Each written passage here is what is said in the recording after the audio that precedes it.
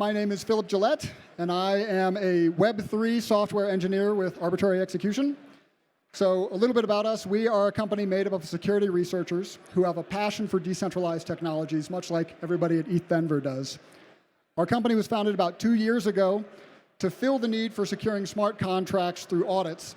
And in that 2 years, we have conducted more than 40 audits, and we've created a number of tools that monitor blockchain transactions for anomalous activity. Today, I'm going to talk about the Web3 SDLC, or Secure Development Lifecycle. So the S is for secure. And this is a comprehensive security plan that protocols can use to incorporate security into every phase of their projects. And that goes from their initial concept all the way up to responding to potentially malicious blockchain transactions. Oops.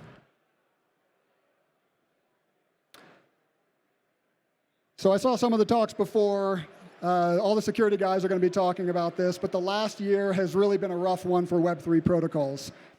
Even if we don't talk about the collapse of the big centralized exchanges, a lot of value was stolen, scammed, hacked, or just lost.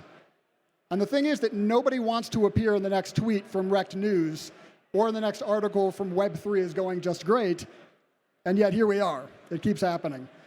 So as an audit company, our objective is to help secure Web3, but we believe that the current approach to security needs improvement.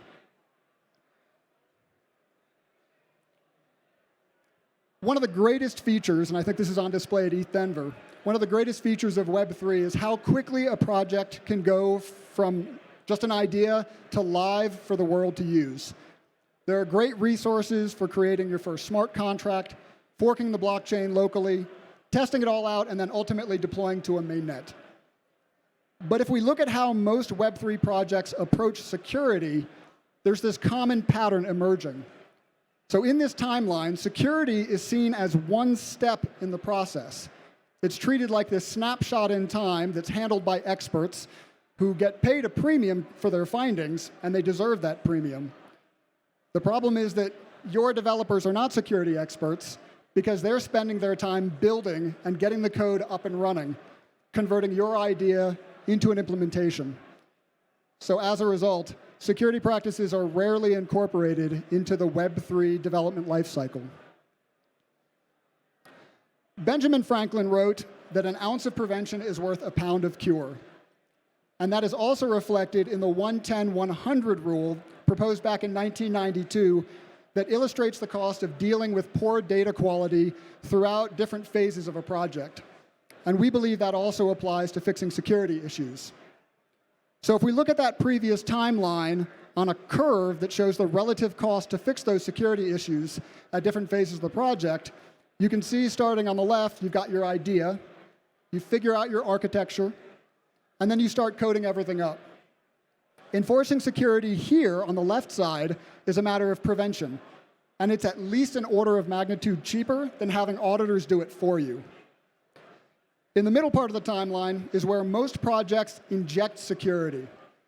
They've chosen a much more expensive way to deal with those security issues, and that's through correction. Now, this still may be 10 times cheaper than a bug bounty or a hack, but deep security expertise does command a premium. So then, once you've deployed, your costs are driven by dealing with failure. Now, hopefully you're lucky, and I really emphasize lucky, to find those bugs yourself and upgrade your contracts before attackers do. And if not, then there are really only two potential paths for those security issues: bug bounties or hacks, and neither of those is cheap. To be clear, your project should participate in bug bounty programs, no matter how secure you think that project is. But for the bug bounties to be effective, they really need to be proportional to the potential hacks. And that's because incentives are really still a thing. The takeaway here should be that the longer you wait to fix security issues, the more it's going to cost you. The appropriate response is something called shift-left security, where security is considered and incorporated as early in the process as possible. To that end, the Web3 SDLC helps you address security issues as early as possible. Each project is divided into 4 phases. Before I describe those phases, these QR codes that are in the upper corner are links to more material that really complements what's in this talk. So feel free to take pictures of it, go to it later, check it out in your free time. So in the design phase, your ideas are going to be considered in terms of their inherent systemic risk. You're going to identify the intrinsic risk, like you heard in some of those previous talks, that intrinsic risk that you just can't avoid, as well as risks that can be minimized or removed completely. In the develop phase, your ideas are converted into an implementation, and you'll receive guidance on secure coding best practices, testing, tooling, and yes, code audits. In the deploy phase, your project is going to choose a secure approach to go live, to publish your project artifacts, and to protect your private keys. And then finally, in the defend phase, your project is going to monitor transactions, alert you and your community to any concerning issues, and then take action as needed. Now, before I dive into these phases a little more, I want to try to show you how this could have been applied in the last year. And by the end of these examples, hopefully nobody will be on the fence about whether or not this is a problem.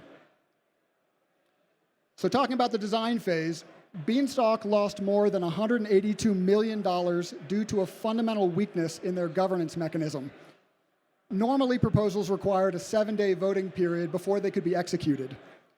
However, if a proposal received a supermajority of votes, which was defined as 2/3 of all potential votes, that voting period could be bypassed and a proposal could be executed after only a 1-day voting period.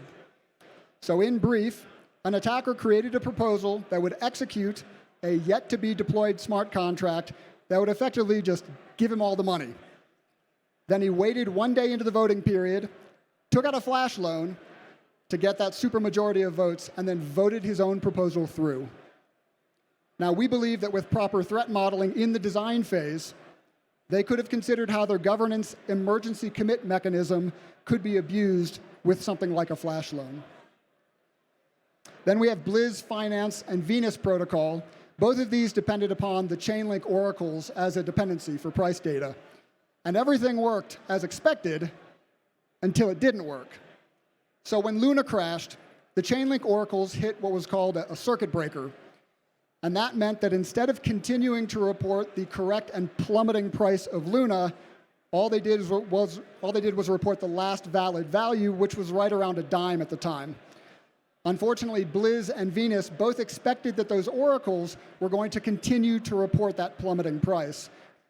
Well, so attackers took notice of that, and then they saw the price disparity and arbitraged millions of dollars from both of these protocols. The point here is if you know exactly how your dependencies behave, you can design your smart contracts defensively to save you potentially millions of dollars. If we move on to the develop phase, we can see that TempleDAO had a staking contract exploited because they had one function that did not have proper access controls. This allowed an attacker to basically fake out the contract so it would just send all of the staked funds to that attacker. Now, there are numerous places during development where this could have been caught. That could have been in tests, it could have been in code reviews, and yes, it could have been in audits, but it wasn't caught. This next one is a little more benign, but it does show the importance of applying testing to both your original deployment and to your upgrades. So Compound's proposal 117 was created to update the price feed that Compound v2 uses. 3 audit firms checked the proposal and they gave the okay, but there was actually an error in that proposal that caused transactions in the Compound Ether market to fail. And this couldn't be fixed until another proposal came through 7 days later. Fortunately, this one didn't come with giant dollar amounts, but it further emphasizes that audits alone won't save you. That might be an odd thing to hear coming from an audit company. If we look at deployment, Ronin was facing rapidly increasing user volume for its popular game Axie Infinity, which I notice is just over here. So to deal with that volume, they granted access to a third party to help with the increasing validator load, but then they didn't revoke that access later. So even with a 5 of 9 validation scheme, an attacker was able to use social engineering to compromise 5 of those keys and then drain hundreds of millions of dollars. And the point here is that an audit won't fix your private key security. Now, during an update to their Solana program, Optify accidentally closed their program permanently. The effect of that was $661,000 being completely locked up and completely inaccessible forever. The Optify team did have a lesson that they shared in their announcement of this.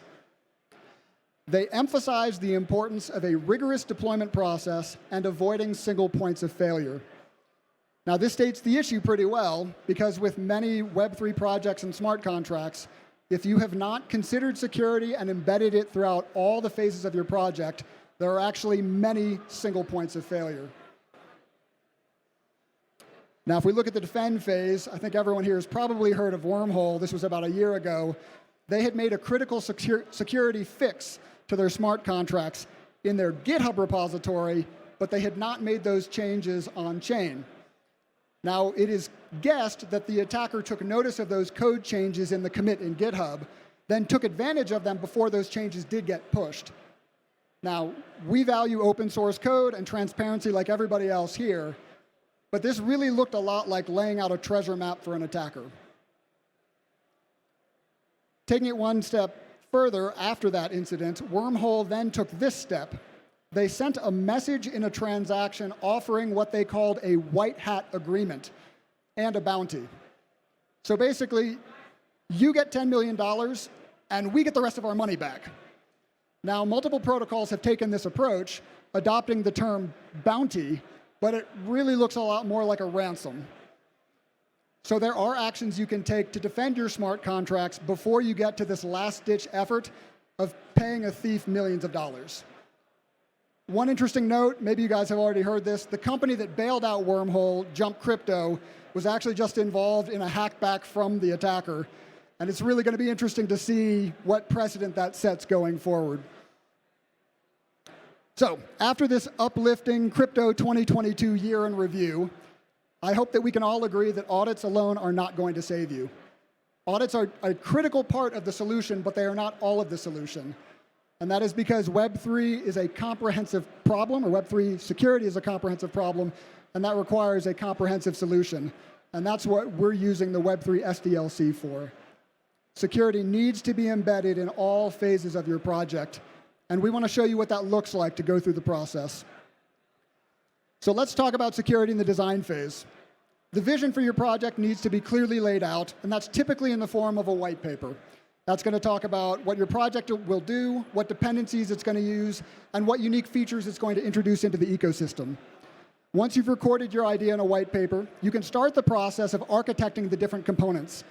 You're going to look at established design patterns, well-audited contract libraries, administrative controls, and the intended user interactions. For whatever dependencies you choose, know that your project is going to inherit both the security and insecurity of those dependencies.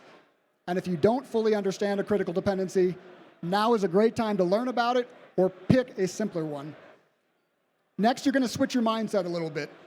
You need to consider how you intend your project to be used, but then you also need to think like an attacker.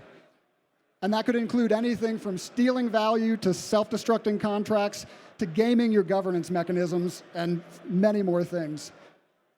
And this may result in you changing your design to remove some of the complexity that you have in it. Those first three steps might seem obvious if you spent any time in the Web3 space, but here's one you may not have considered, and that's partnering with a security company to help you through this design phase. Your partnership can be tailored to fit your needs, your schedule, and your budget, and their involvement can be as much or as little as you want. If you want to go the do-it-yourself route, they can provide resources, training materials, and recommendations as you need them. If working shoulder to shoulder is more your speed, though, your security partner can dedicate an expert to your team to help you with design discussions and help steer your decisions in secure directions. And in the most extreme case, if you have vision, capital, and no desire to do any design, you can always outsource that to a security partner. They'll create the design to match your vision, and they'll iterate on the details until you are completely satisfied. In the develop phase, you and your developers are going to convert your design to code. The foundation of any software project depends upon source code management.